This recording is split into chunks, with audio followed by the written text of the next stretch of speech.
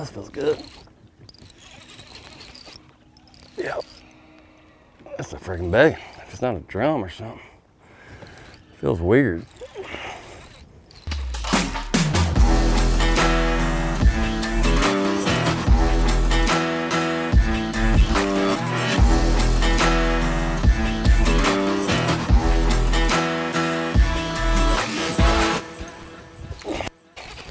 Come here.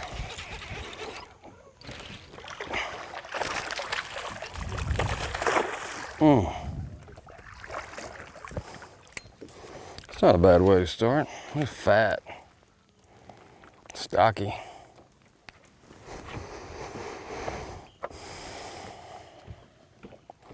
Well, it was just one of them, you guys that fish a big worm know, just one of those.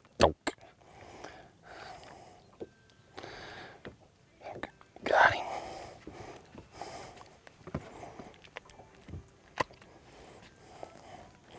Getting fat. They've been out here long enough that they've had time to put some weight on. So you guys that, you know, you look in the background, you think, golly, I bet it's nice out there. It's actually not. We're supposed to have heat index today of over 100 like we have the last week and probably will the next month. And, you know, we came out just, you can see I got 2 rods laid out. Both of them are just big worms. I probably caught, over all my years, in the month of July, I caught more bass on a big worm, and I think a lot of people across the country are the same. It's just,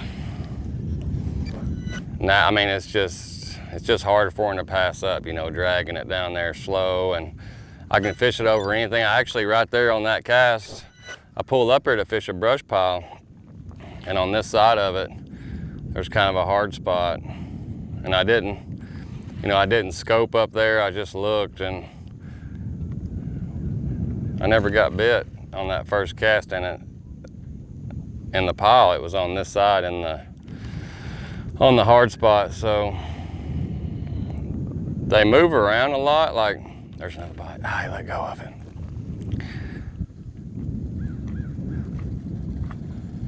You know, a lot of people that fish these piles, you run down the lake, you pull up, you make 4 or 5 casts, and then you go on to the next one. I'm guilty of that. I've done that a lot, but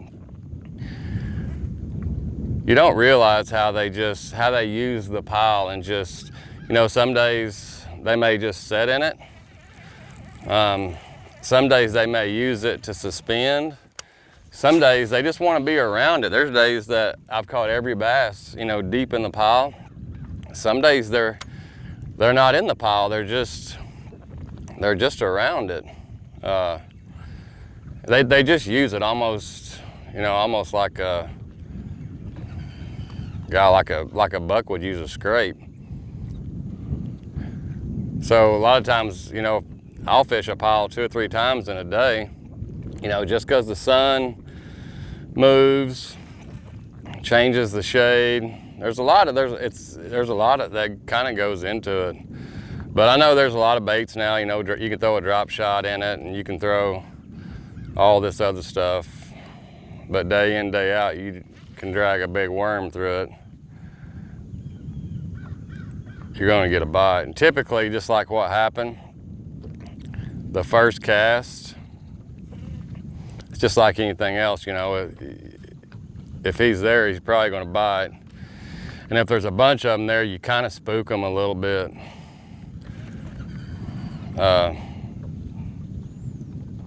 Because you're not throwing a plug in there, you know, you're not getting back in there real quick. So, you know, there's a lot of people, and I've been guilty of it lately, kind of going to this, you know, you pull up here and they got a spinning rod in their hand, and yeah, they're catching bass for sure. But it's like the mighty worm. You know, that thing's that long and big around as your thumb. I really think there's days that they bite this big stuff when they really don't bite anything else.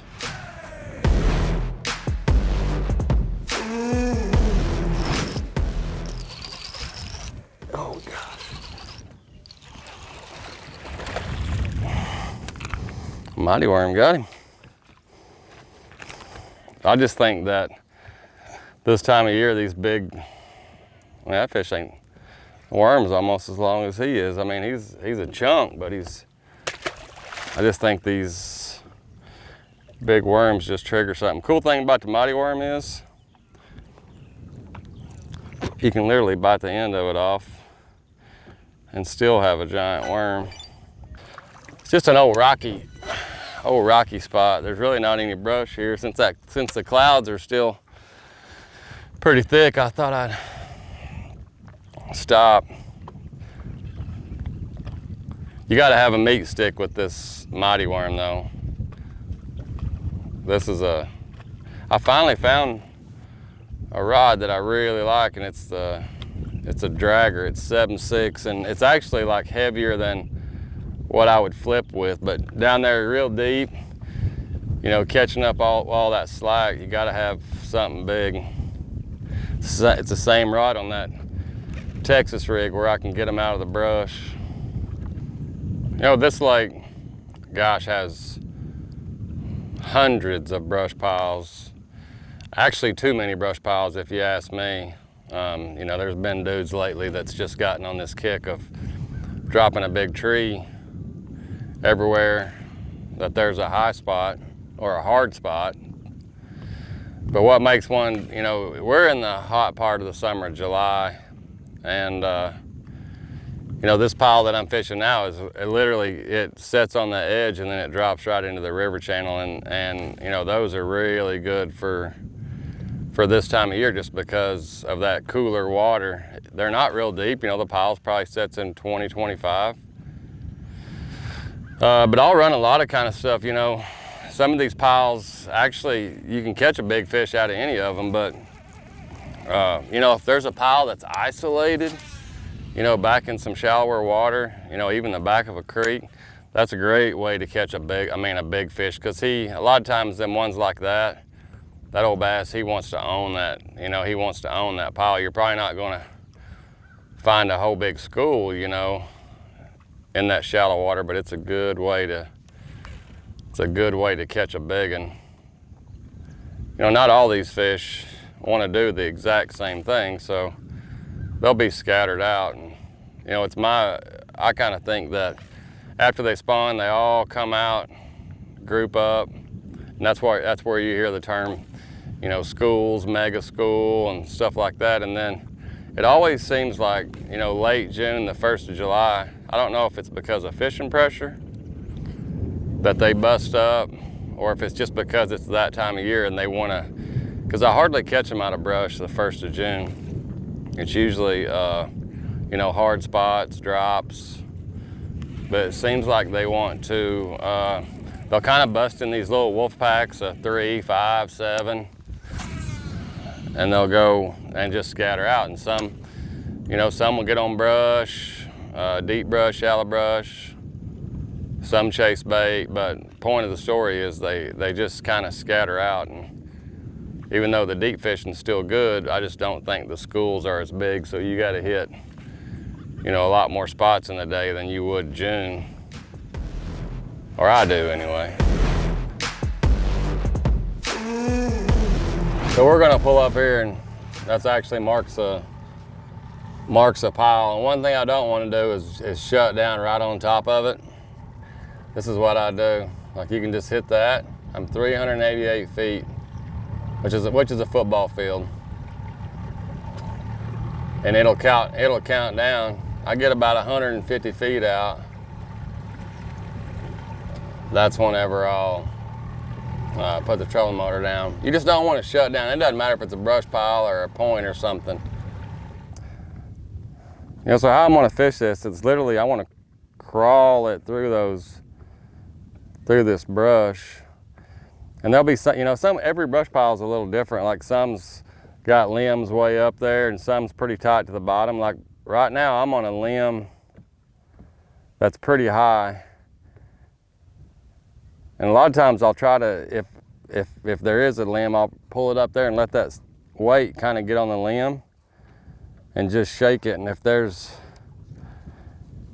any fish around there that's suspended, a lot of times they'll come over there they'll either get it while it's on the limb right there shaking, or whenever I come over and it falls, they'll track it down on the bottom and get it.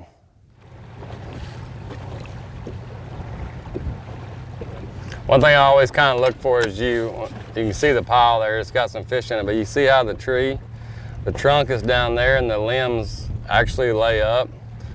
A lot of times I'll try to fish that to where my worm comes, you know, where I don't get hung up in the forks. If possible, that's kind of what I try to do, but you can learn a lot of that from side view. You know, you can see the fish. There's some patchy rock and stuff around it, but it's kind of important to know which way the tree lays. You'll be less likely to get hung up, especially on a green tree.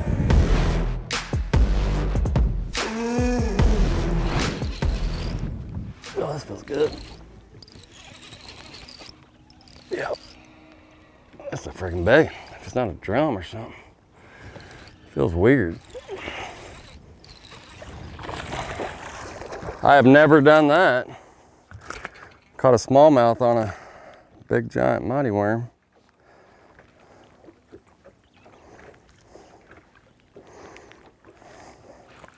Easy, buddy. That's why he fell so big. Old Brown was pulling.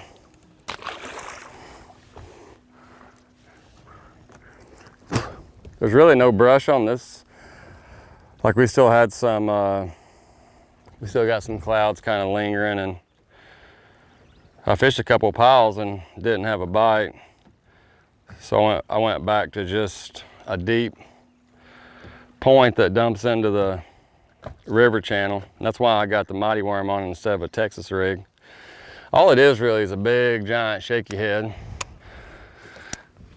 Big line, big rod, but kind of a finessey looking, I mean, finesse in a sense. It's a big bait, but it's just not like it's got a big action curl tail and stuff like that. It's just that, like once I make contact with the bottom with this bait, if it's pretty flat, you can almost just kind of slow reel it and just feel the bottom. But this point's got pretty sheer drop, so I'm having just to inch it. That way, whenever I hit that drop, it can just stay close coming out. But what I like to do is kind of keep my rod at that where I can feel the bite a lot better. And then once I get a bite, then I'll reel down and let them have it. You know, the wind gets up real high, you have to almost kind of keep your line below the water, but I always feel like I'm out of position to set the hook that way. I like to keep it up like this. I can just feel the bite better. Come out of that brush.